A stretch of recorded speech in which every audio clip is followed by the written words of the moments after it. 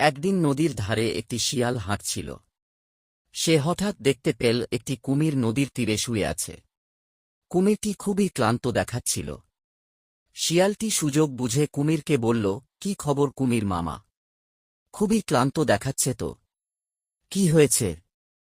কুমিরটি শিয়ালের দিকে তাকিয়ে বলল, আমি বহুদিন ধরে ভালো খাবার খেতে পারিনি, শরীরে আর শক্তি নেই। তখন শিয়ালটি তার চতুরতা দিয়ে বলল, তাহলে তোমাকে একটা মজার উপায় বলি। নদীর ওপারে প্রচুর গরু ছাগল আছে। তুমি যদি আমাকে ওপারে নিয়ে যাও, আমি তাদের মধ্যে থেকে তোমার জন্য একটা বড় খাবার ধরে আনব।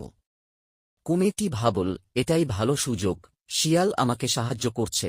তাই সে শিয়ালকে তার পিঠে তুলে নদীর মাঝখানে গিয়ে বলল, তুমি তো খুব চালাক, কিন্তু আমি জানি তুমি মিথ্যা বলছ।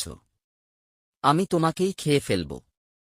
শিয়ালটি ভয় না পেয়ে বলল, মামা, আমাকে খেতে হলে তীরে নিয়ে যেতে হবে। আমি তো জলে ডুবে যাব। কুমিরটি শিয়ালের কথা বিশ্বাস করে তাকে তীরে নিয়ে গেল। তীরে পৌঁছামাত্র শিয়াল দ্রুত লাফ দিয়ে পালিয়ে গেল এবং হেসে বলল, মামা, বুদ্ধি থাকলে সবকিছু সম্ভব। এইভাবে শিয়াল তার চতুরতা দিয়ে বিপদ থেকে রক্ষা পেল। নৈতিক শিক্ষা: চতুরতা ও বুদ্ধি বিপদ থেকে রক্ষা করতে সাহায্য করে।